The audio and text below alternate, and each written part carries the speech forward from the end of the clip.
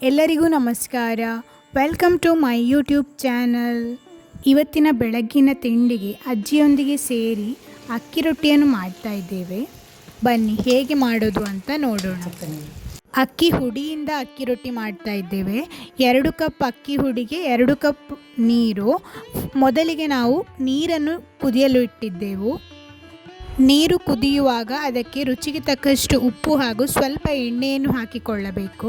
ಕುದಿದ ನೀರನ್ನು ಅಕ್ಕಿ ಹಿಟ್ಟಿಗೆ ಹಾಕಿ ಚೆನ್ನಾಗಿ ಕಲಸಿ ಈ ರೀತಿಯಾಗಿ ಉಂಡೆಗಳನ್ನು ಮಾಡಿಕೊಳ್ಳಬೇಕು. ರೊಟ್ಟಿ ಮಾಡಲು ಬಾಳೆ ಎಲೆಯನ್ನು ಚೆನ್ನಾಗಿ ಒರೆಸಿ ಇಟ್ಟುಕೊಂಡಿದ್ದೇವೆ.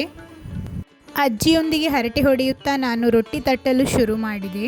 ಹಪ್ಪಳ ಮಾಡುವ ಮುಟ್ಟು ಅಥವಾ ರೊಟ್ಟಿ ಮಾಡುವ ಮಣೆಯಲ್ಲಿ ನಾವು ರೊಟ್ಟಿಯನ್ನು ಮಾಡ್ತಾ ಇದ್ದೇವೆ. ಅಜ್ಜಿಯೊಂದಿಗೆ ಹರಟೆ ಹೊಡೆಯುತ್ತಾ ರೊಟ್ಟಿ ತಟ್ಟಿದ ಸಮಯ ಕಳೆದು ಹೋದದ್ದೇ ನನಗೆ ಗೊತ್ತಾಗಲಿಲ್ಲ.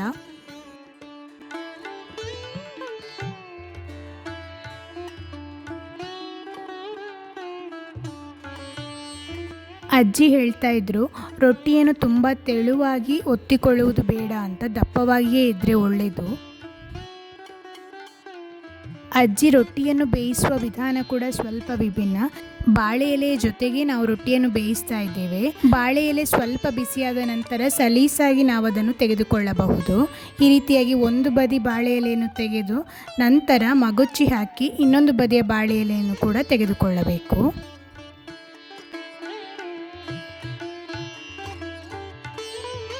ರೊಟ್ಟಿ ಬೇಯಲು ಮಾತ್ರ ಸ್ವಲ್ಪ ಸಮಯ ಜಾಸ್ತಿ ಬೇಕು. ನಿಧಾನವಾಗಿ ಒಂದೊಂದೇ ರೊಟ್ಟಿಯನ್ನು ಬೇಯಿಸಿಕೊಳ್ಳೋಣ. ಈ ರೀತಿಯಾಗಿ ಒಂದು ಒದ್ದೆ ಬಟ್ಟೆಯ ಸಹಾಯದಿಂದ ರೊಟ್ಟಿಯ ಮೇಲೆ ಒತ್ತುವುದರಿಂದ ರೊಟ್ಟಿ ಚೆನ್ನಾಗಿ ಬೇಯುತ್ತದೆ ಹಾಗೂ ಉಬ್ಬಿ ಕೂಡ ಬರುತ್ತದೆ. ಈ ರೊಟ್ಟಿ ಬಿಸಿ ಬಿಸಿಯಾಗಿ ತಿನ್ನಲು ತುಂಬ ಚೆನ್ನಾಗಿರುತ್ತದೆ. ಯಾವುದೇ ತರಹದ ಚಟ್ನಿ ಅಥವಾ ಗ್ರೇವಿಯೊಂದಿಗೆ ಸರ್ವ್ ಮಾಡಬಹುದು.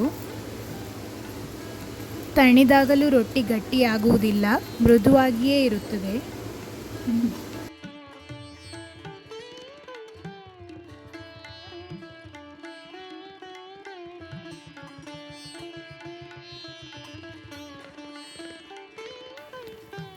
ನಾವು ರೊಟ್ಟಿಯನ್ನು ಬೆಳ್ಳುಳ್ಳಿ ಚಟ್ನಿ ಹಾಗೂ ಬೆಲ್ಲಕಾಯಿಯೊಂದಿಗೆ ಸೇವಿಸಿದೆವು. ಮೊದಲಿಗೆ ರೊಟ್ಟಿಯನ್ನು ಟೇಸ್ಟ್ ಮಾಡಲು ಅಜ್ಜಿಯ ಹತ್ತಿರವೇ ಹೇಳಿದೆವು. ಅಜ್ಜಿಯ ರಿಯಾಕ್ಷನನ್ನು ನೀವೇ ನೋಡಿ.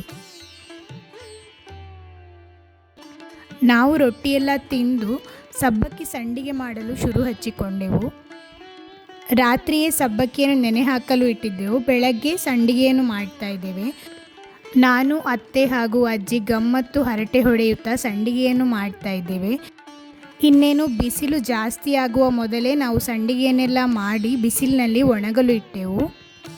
ಸಂಡಿಗೆಯ ಕಂಪ್ಲೀಟ್ ರೆಸಿಪಿ ನಾನು ಈಗಾಗಲೇ ಅಪ್ಲೋಡ್ ಮಾಡಿದ್ದೇನೆ. ಲಿಂಕನ್ನು ಡಿಸ್ಕ್ರಿಪ್ಷನಲ್ಲಿ ಹಾಕಿರುತ್ತೇನೆ, ನೀವು ನೋಡಿಕೊಳ್ಳಬಹುದು. ನಮ್ಮಲ್ಲಿ ಬೇರೆ ಬೇರೆ ತರಹದ ಸಂಡಿಗೆಗಳನ್ನು ಮಾಡ್ತಾರೆ. ಅದರಲ್ಲಿ ಒಂದು ಸಬ್ಬಕ್ಕಿ ಸಂಡಿಗೆಯೂ ಹೌದು. ಅಯ್ಯೋ ಬಿಸಿಲು ಅಂತ ಹೇಳೋ ಬದಲು ನಾವು ಈ ರೀತಿಯಾಗಿ ಹಪ್ಪಳ ಅಥವಾ ಸಂಡಿಗೆ ಮಾಡಿದರೆ ಮಳೆಗಾಲದಲ್ಲಿ ತಿನ್ನಲು ತುಂಬ ಚೆನ್ನಾಗಿರುತ್ತದೆ. ಹಪ್ಪಳ ಅಥವಾ ಸಂಡಿಗೆ ಇದ್ದರೆ ಸಾರಿನೊಂದಿಗೆ ಊಟ ಮಾಡಲು ತುಂಬ ಚೆನ್ನಾಗಿರುತ್ತದೆ. ಮಕ್ಕಳಂತೂ ಒಂದು ತುತ್ತು ಅನ್ನ ಜಾಸ್ತಿನೇ ತಿನ್ನುತ್ತಾರೆ. ಬಿಸಿಲು ಜಾಸ್ತಿ ಇದ್ದುದರಿಂದ ಸಂಡಿಗೆ ಬೇಗನೆ ಒಣಗಿತ್ತು. 2 ದಿನದಲ್ಲೇ ಸಾಧಾರಣ ಒಣಗಿತ್ತು. ಮಾವಿನ ಹಣ್ಣಿನ ಸಾರಿನ ಜೊತೆಗೆ ಸಂಡಿಗೆಯನ್ನು ಹುರಿದು ಗಮ್ಮತ್ತು ಊಟ ಮಾಡಿದೆವು. ಬೇಸಿಗೆಯಲ್ಲಿ ಈ ರೀತಿ ಸಾರು ತಂಬುಳಿ ಎಲ್ಲ ಮಾಡಿದರೆ ಊಟ ಮಾಡಲು ತುಂಬ ಒಳ್ಳೆಯದಾಗ್ತದೆ. ನಾವು ಬೇರೆ ಬೇರೆ ತರಹದ ಸಾರನ್ನು ಮಾಡ್ತೇವೆ. ನಿಮ್ಮಲ್ಲಿ ಇದಕ್ಕೆ ಏನೆಂದು ಕರೆಯುತ್ತಾರೆ? ನಾವು ಇದಕ್ಕೆ ಬೀಂಪುಳಿ ಅಂತ ಹೇಳ್ತೇವೆ. ಇದರಿಂದ ಉಪ್ಪಿನಕಾಯಿಯನ್ನು ಮಾಡಬಹುದು. ನೀವು ಬೀಂಪುಳಿಯನ್ನು ಉಪಯೋಗಿಸಿ ಬೇರೆ ಏನಾದರೂ ರೆಸಿಪಿಯನ್ನು ಮಾಡ್ತಾ ಇದ್ದರೆ ಕಮೆಂಟ್ ಮಾಡಿ ತಿಳಿಸಿ, ನಾನು ಟ್ರೈ ಮಾಡ್ತೇನೆ. ಈ ವಿಡಿಯೋ ನಿಮಗೆ ಇಷ್ಟವಾಗಿದೆ ಅಂತ ನಾನು ಭಾವಿಸ್ತೇನೆ. ಇಷ್ಟವಾದಲ್ಲಿ ಒಂದು ಲೈಕ್ ಮಾಡಿ, ನನಗೂ ಖುಷಿಯಾಗುತ್ತದೆ. ಮೊದಲ ಬಾರಿ ನೋಡುವವರಾಗಿದ್ದರೆ ಸಬ್ಸ್ಕ್ರೈಬ್ ಮಾಡಲು ಮರೆಯಬೇಡಿ.